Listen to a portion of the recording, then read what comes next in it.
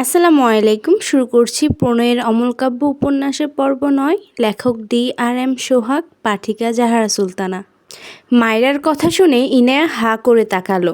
দেখে মনে হচ্ছে মায়রা তার বান্ধবী। মেয়েটার মাঝে কোনো সংকোচ নেই। ইনায়ার ভালোই লাগলো। তবে মায়রা এসএসসি দিবে শুনে অনেক অবাক হলো। এত ছোট? সে এবার এইচএসসি দিবে। তার এত বড় ভাইয়ের বউ তার চেয়ে 2 বছরের ছোট। হায় আল্লাহ! অতঃপর বলে, তুমি তো অনেক ছোট, আমার চেয়েও ছোট। মায়রা হেসে বলল, জি আপু, আসলে তোমার ভাই বুড়ো, সেই হিসেবে আমি একটু ছোটই। মায়রার কথা শুনে প্রত্যেকে হা করে চেয়ে আছে। ইরফানের খালার মায়রাকে পছন্দ হলো না। বিরক্ত হয়ে বলল, এ বাচাল মেয়েকে কোথা থেকে তুলে এনেছেন আপা? রুমা নেওয়াজ কোনো কথা বলল না। তারেক নেওয়াজ গম্ভীর গলায় বলল, আমার বৌমাকে নিয়ে বাজে কমেন্ট করবে না কেউ। তারেক নেওয়াজের কথায় জাহারার মা চুপ হয়ে গেল। কিন্তু মায়রা হেসে এগিয়ে এসে বলল, আন্টি, আপনি আমাকে বাচাল বলায় আমি অনেক খুশি হয়েছি। আপনি জানেন আমি পেটে কথা জমিয়ে রাখতে পারি না বলে আমার হার্ট আপনাদের চেয়ে অনেক ভালো। আমি গ্যারান্টি দিচ্ছি, এক্ষুনি পরীক্ষা করলে আমার হার্ট সবচেয়ে ভালো পাওয়া যাবে। মায়রার কথায় ইরফানের খালা বিরক্ত হলো। পাশ থেকে জাহিদ হাত তুলে দিয়ে বলল, কারেক্ট বলেছ তুমি মারা। মায়রা ভ্রু কুঁচকে বলল, মারা কি? জাহিদ হেসে বলল, তোমার নাম? মায়রা মুখ বাঁকিয়ে বলল, আমার নাম মায়রা, নট মারা।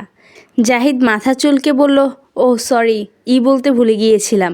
জাহারা বিরক্ত, চরম বিরক্ত মায়রার উপর। কেন যেন ভীষণ রাগ লাগছে। ইচ্ছে করছে মায়রার গালে ঠাস ঠাস করে থাপ্পড় লাগিয়ে দিতে। কেন এমন ইচ্ছে তার মাঝে উদয় হলো বুঝল না। বিড়বিড় করে বলল, ঢঙ্গি একটা, অসহ্য। ইনায়া মায়রাকে টেনে জাহারার সামনে নিয়ে গিয়ে বলল, ভাবি, এটা আমার খালাতো বোন জাহারা। মায়রা হেসে জাহারার দিকে হাত বাড়িয়ে দিলে জাহারা বিরক্ত চোখে তাকালো মায়রার দিকে। মায়রা জাহারার এমন বিরক্ত এক্সপ্রেশন দেখে হেসে বলল, তুমি কি আমার বেশি কথা নিতে পারছো না বলে বিরক্ত? ঘরে আমার ব্যাগে তুলো আছে, একটু পর তোমাকে এনে দিব, কেমন? আসলে আমি বেশিক্ষণ চুপ থাকতে পারি না, সরি আপু। জাহারা দাঁতে দাঁত চেপে মায়রার দিকে তাকিয়ে আছে। ইনায়া জাহারার কাণ্ডে কিছু বুঝল না, এখানে কিছু বলল না ও। আর এদিকে মায়রা তো ফটাফট মুখের উপর সত্যিটা বলে দেয়। ইনায়া যত দেখছে ততই অবাক হচ্ছে। মায়রাকে নিয়ে তার খালার সামনে গিয়ে বলল, এটা আমার খালামণি। মায়রা ইরফানের খালাকে সালাম দিয়ে বলল, আন্টি মানে খালা। এর আগে আন্দাজে বলল, ঠিকই বলেছি তাই না খালামণি? ইরফানের খালা ভ্রু কুঁচকে মায়রার দিকে চেয়ে আছে। বিরক্তির সীমা পার করেছে এই মেয়ে। এর মাঝে আবারও বেল বাজলে জাহারা বসা থেকে দাঁড়িয়ে যায়। একটু আগে ইনায়ার কাছে শুনেছি ইরফান আসবে, তাই কাউকে সুযোগ না দিয়ে দ্রুত পায়ে সে দরজা খুলে দিল। ইরফানকে দেখে মিষ্টি হেসে বলল, কেমন আছো ইরফান ভাই? ইরফান একবার ভিতরে তাকালো, সবাইকে ডাইনিংয়ে বসে থাকতে দেখলো। এরপর জাহারার দিকে তাকিয়ে ভেতরে যেতে যেতে ছোট করে বলল, ভালো। জাহারার মন খারাপ হলো। সে কেমন আছে এটা একবার জিজ্ঞেস করলে কি এমন হতো? ইরফান তার খালার সাথে কথা বলার জন্য সেদিকে এগিয়ে যায়। তার খালার সামনে উল্টো ঘুরে কেউ দাঁড়িয়ে আছে। ইরফান বিরক্ত হয়ে তার খালার দিকে তাকালো। অসুবিধা হলো না, কারণ মেয়েটা তার বুক সমান, বেশ খাটো। না, মেয়েটা খাটো না, হয়তো ইরফানের হাইট একটু বেশি, তাই সেভাবেই তার খালাকে সালাম দিল। মায়েরা একদম তার পিছন থেকে কারো গমগমে কণ্ঠে সালাম শুনে ভ্রু কুঁচকে পেছনে ফিরে তাকায়। ইরফানকে দেখে মায়রার চোখ বড় বড় হয়ে যায়। ভয়ে আতঙ্কে এক চিৎকার দেয়, দু হাতে মুখ চেপে ধরে। পেছন দিকে পড়তে পড়তেও ডান হাতে সোফার কোণা ধরে নিজেকে সামলে নেয়। ইরফান ভ্রু কুঁচকে মায়রার দিকে চেয়ে আছে। মায়রা ভয়ে ঢোক গিলছে বারবার। সবাই বুঝলো না মায়রা এভাবে চিৎকার করে দিল কেন। তারেক নেওয়াজ বসে থেকে উঠলেন, এগিয়ে এসে বললেন, কি হয়েছে আম্মু? ইনায়া মায়রাকে ধরে বলল, কি হয়েছে ভাবি? মায়রা ভীত চোখে ইরফানের দিকে চেয়ে ঢোক গিলে কাঁপা কাঁপা কণ্ঠে বলল, পাগলটা আমাকে ফলো করতে করতে বাসায় চলে এসেছে, আমায় কেউ বাঁচাও। মায়রার কথা কেউ কিছু বুঝল না। ইরফানের চোখ মুখের রং পাল্টে গিয়েছে। হঠাৎই মায়রার হাত শক্ত করে ধরে মায়রাকে টানতে টানতে বাইরের দিকে নিয়ে যেতে থাকে। সবাই হতভম্ব হয়ে চেয়ে আছে, কি হচ্ছে এসব? মায়রা ইরফানের হাতে তার অপর হাত দিয়ে সামনে খামচি দেয়। রেগে বলে, ছাড়ুন বলছি, আমায় ছাড়ুন।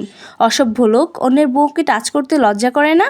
ইরফান মুহূর্তের মধ্যে দরজা খুলে মায়রাকে এক প্রকার ছুঁড়ে ফেলে মায়রার মুখের উপর ঠাস করে দরজা বন্ধ করে দেয়। মায়রা ভয়ে কেঁদে দিয়েছে, চোখ থেকে পানি গড়িয়ে পড়ছে। এই লোকটা তাকে এভাবে বের করে দিলে কেন? ইরফানের পেছন থেকে তারেক নেওয়াজ রেগে বলে, তুমি ওকে বের করে কেন দিলে এভাবে? ইরফান তার বাবার দিকে তাকিয়ে বলে, কারণ ও ইডিয়েট, তাছাড়া যাকে তাকে বাসে ঢুকতে দাও কেন? জাহিদ পাশ থেকে বলল, ভাইয়া, যাকে তাকে কাকে বলছো? ওই পুতুলটা তোমার বউ, নিজের বউকে নিজেই চিনছো না? ইরফান ভ্রু কুঁচকে তাকালো জাহিদের দিকে, অদ্ভুতভাবে বিড়বিড় করলো, বউ। তারিক নেওয়াজ দ্রুত দরজা খুললেন। মায়েরা ভেজা চোখে তাকিয়েছিল দরজার দিকে। দরজা খুলতে দেখে মুখে হাসি ফুটল। দ্রুত ভিতরে এসে ইরফানের হাত ধরে টেনে বলে, এ পাগল বের হ, এটা আমার শ্বশুর বাড়ি, আমার বাড়ি থেকে আমাকেই বের করে দেয়, কত বড় সাহস। মায়েরার কাণ্ডে সকলে অবাক হয়ে তাকায়। সবচেয়ে বেশি অবাক হয় ইরফানের খালারা, নিজের বরকে এভাবে বলছে কেন। যাহারা এগিয়ে এসে রেগে বলে, এই মেয়ে কী করছো? তারিক নেওয়াজ নরম কণ্ঠে বলল, আম্মু ওকে ছাড়ো। মায়েরা ভাঙা গলায় বলল, আব্বু আপনি দেখছেন না অন্যের বাড়ি এসে এই পাগল পাগলামি করছে, আপনার ছেলে বউকে বের করে দিয়েছে, কত বড় সাহস। ইরফান ক্রোধান্বিত চোখে মায়েরার দিকে চেয়ে, তার সহ্যের সীমা পার করে দিয়েছে এই মেয়ে। রেগে মেগে মায়েরাকে একটা ধাক্কা দিয়ে মায়েরার ডান গালে শক্তপোক্ত থাপ্পড় বসিয়ে দিল। মায়েরা উল্টে পড়তে নেয়। পেছনে ইরফানের মা এসে দাঁড়ানোয় মায়েরা ইরফানের মায়ের সাথে ধাক্কা খায়। রুমা নেওয়াজ রেগে মায়েরাকে টেনে মায়েরার একই গালে কষিয়ে একটা থাপ্পড় মেরে দেয়। মায়েরা তাল সামলাতে না পারে ঠাস করে পড়ে যেতে নেয়। জাহিদ দৌড়ে এসে ধরতে নিলে তার আগেই ইনায়া মায়েরাকে ধরে নেয়। মায়েরা ফুপিয়ে ওঠে। একই গালে মা ছেলে থাপ্পড় খেয়ে মাথা পুরো ঝিমঝিম করছে, চোখ দিয়ে টপ টপ করে পানি পড়ে। ওইভাবেই বিড়বিড় করে বলে, শাশুড়িটা একদম দাজ্জালের মতো, ছেলেটাও হুবহুব তেমন, কি শক্ত হাত মায়েরি, উফ গালটা গেল রে। কথাগুলো শুধু ইনায়া শুনতে পেয়েছে। সে মায়েরার পিঠে হাত বুলিয়ে দিতে লাগলো। অবাক হলো মেয়েটা, এত জোরে মার খেয়েও এর মেয়ের মুখ বন্ধ হয় না। রুমা নেওয়াজের কাজে সকলে হতভম্ব। তারিক নেওয়াজ রেগে চিৎকার দিয়ে বলে ওঠে, রুমা। রুমা নেওয়াজ স্বামীকে ভয় পেলেন না বিন্দুমাত্র, পাল্টা রেগে বললেন, তোমার বন্ধুর মেয়ের এসব বেয়াদবি আমি একদম সহ্য করব না। ওর হয়ে সাফাই গাইতে এসো না। ও আমার ছেলেকে এভাবে অপবাদ দিচ্ছে কেন? এমনিতেই ওর জন্য আমার ছেলেটা কালকে থেকে বাড়িতেই আসেনি, আজ বলে কয়ে নিয়ে এসেছি, আর এই মেয়ে আবার ওকে বের করে দেওয়ার পায়তারা করছে। তাই বলে তুমি মারবে? রুমা নেওয়াজ কিছু বললেন না, একটু থেমে বলে উঠল, আমার ছেলেকে পুতুল পেয়েছো তুমি? জোর করে বন্ধুর মেয়ের সাথে বিয়ে করে দিয়েছো এমন একটা বেপরোয়া মেয়ের সাথে, যে আমার ছেলেকে অপবাদ দিয়ে যাচ্ছে। তুমি আর তোমার বন্ধুর মেয়ে চাইছো আমার ছেলেটা আমার থেকে দূরে থাকুক? ওর ভার্সিটি এখান থেকে দূরে বলে এখানে থাকতে চায় না, ভার্সিটির কাছে বাসা নিয়ে থাকতে চায়।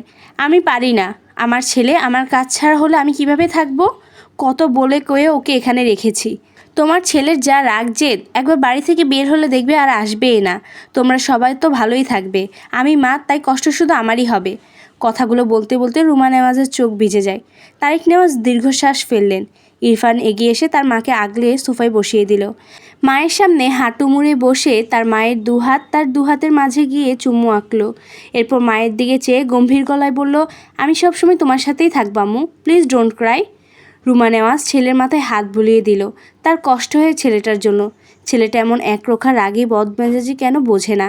মুখ ফুটে কিছু বলে না, হাজার কষ্ট পেলেও মুখ ফুটে বলে না, শুধু রাগ দেখায়। বাড়ি থেকে তার ছেলেকে সবাই খারাপ ভাবলেও সে তো মা, সে জানে তার ছেলে কেমন, কিন্তু ছেলেটা তার কথা শোনে না, কারো কথাই না।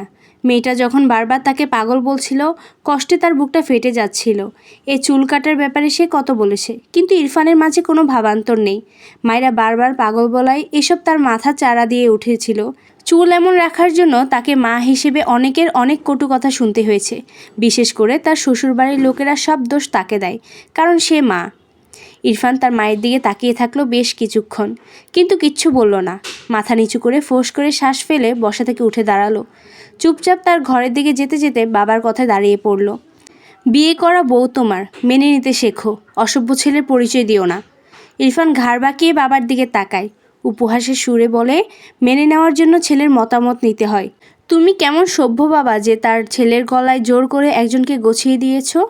তারিক নেওয়াজ ধমকে ওঠেন, ইরফান রাগে হাত মুষ্টিবদ্ধ করলো। বাবার দিকে চেয়ে বলল, এ বাচ্চাকে বউ মানি না এ বিয়ে, আর এ নিয়ে একটা কথাও বলবে না। বাড়াবাড়ি করলে আম্মুকে নিয়ে এ বাসা থেকে চলে যাব, দ্যাটস ইট। কথাগুলো বলে যাওয়ার সময় শক্ত চোখে একবার মায়রার দিকে তাকালো। মায়রার গালের দিকে নজর পড়লে দেখলো ফর্সা গালে 5 আঙ্গুলের ছাপ স্পষ্ট, যেন কেটে গিয়েছে। কেঁদে কেটে চোখ মুখ রক্তজবার ন্যায় হয়ে গিয়েছে। ফর্সা হয় বেশি চোখে লেগেছে। মায়রা ইরফানের দিকে তাকালে দেখলো ইরফান তার দিকে চেয়ে আছে। ইরফান মায়রার একে অপরের চোখে চোখ পড়ায় মায়রা ভেঙচি কেটে চোখ সরিয়ে নেয়। ইরফান বিরক্তিতে ভ্রু কুঁচকে বিড়বিড় করে বলে, স্টুপিড বাদর। এরপর হন হন করে তার ঘরের দিকে চলে যায়।